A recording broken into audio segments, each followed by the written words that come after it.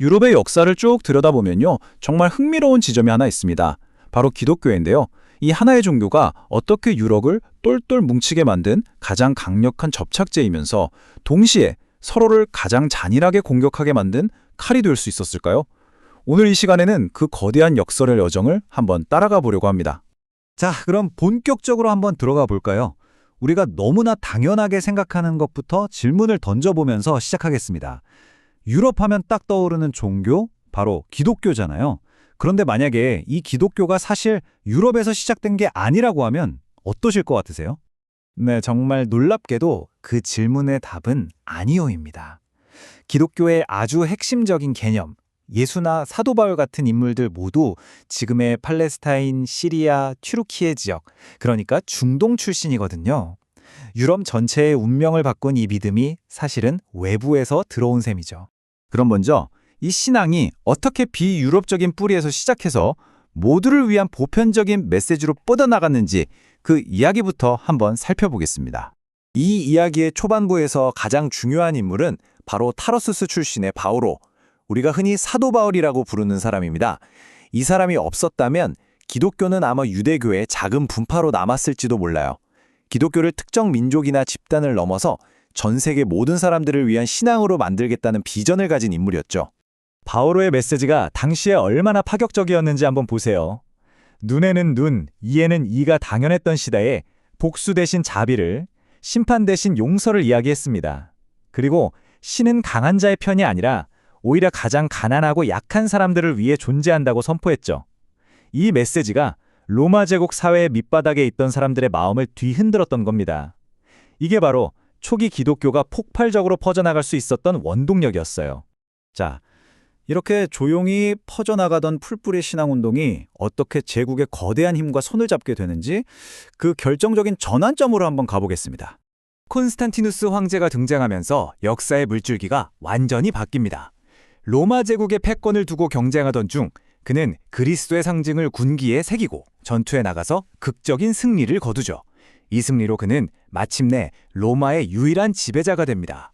바로 이 지점을 역사에서는 콘스탄티누스의 전환이라고 부릅니다. 박해받던 소수의 종교였던 기독교가 처음으로 국가의 막강한 권력과 손을 잡는 말 그대로 운명적인 동맹이 시작된 거죠. 이 둘의 만남은 그야말로 무적의 조합이었습니다. 교회의 정신적인 권위와 국가의 물리적인 힘이 합쳐졌으니까요. 하지만 아이러니하게도 이 강력한 힘은 앞으로 수백 년간 이어질 종교의 이름을 내건 끔찍한 폭력의 씨앗이 되기도 합니다. 자, 그럼 이 막강한 힘을 얻게 된 기독교가 어떻게 흩어져 있던 유럽을 하나로 묶고 찬란한 문화를 건설해 나갔는지 그 이야기로 넘어가 보죠. 이 시기에 수도원의 역할은 정말 아무리 강조해도 지나치지 않습니다. 특히 저 멀리 아일랜드의 수도사들이요. 로마 제국이 무너진 혼란 속에서 하마터면 사라질 뻔했던 고대 그리스와 로마의 지식들을 밤새워 베껴 쓰면서 보존했습니다. 이 수도원들이야말로 유럽 전역을 잇는 지식과 신앙의 네트워크 그 자체였던 거죠. 그리고 마침내 역사의 무대에 샤를마뉴 대제가 등장합니다. 그는 로마가 멸망한 이후 처음으로 서유럽의 광대한 영토를 하나의 기독교 신앙 아래 통합하는 데 성공하죠. 이 엄청난 업적 때문에 오늘날까지도 유럽의 아버지라고 불립니다.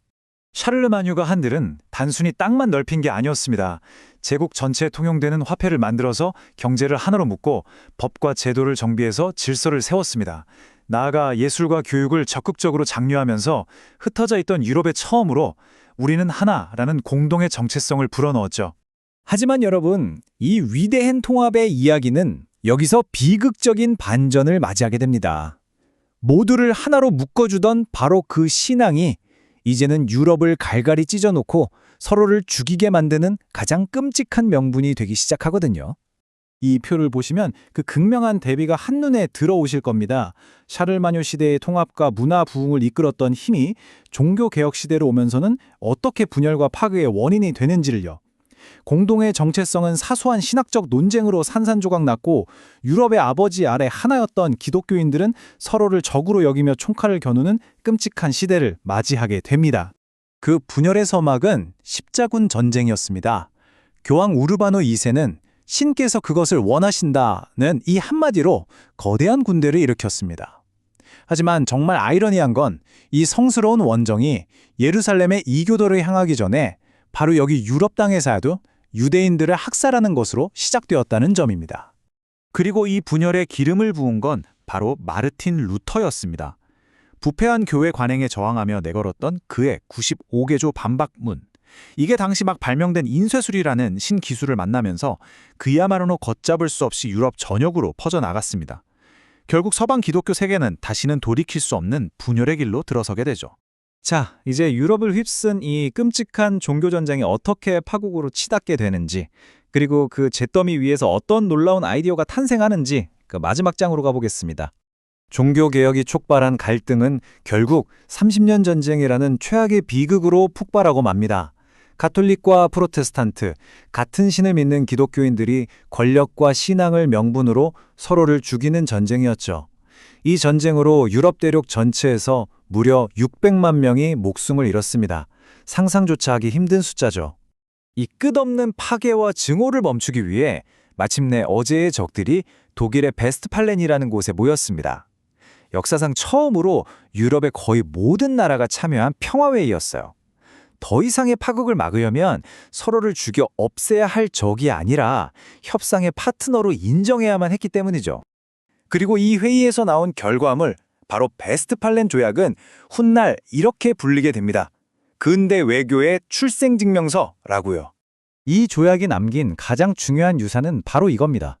전쟁을 끝내는 방식이 누가 이기는가가 아니라 어떻게 합의하는가로 바뀌었다는 것. 그리고 더 중요하게는 이제 종교는 종교의 영역에, 정치는 정치의 영역에 두자는, 즉 종교와 정치를 분리해야 한다는 그 당시로서는 정말 급진적인 생각이 싹 텄다는 거죠. 이것이 바로 오늘날 우리가 아는 근대 국가 시스템의 기초가 됩니다.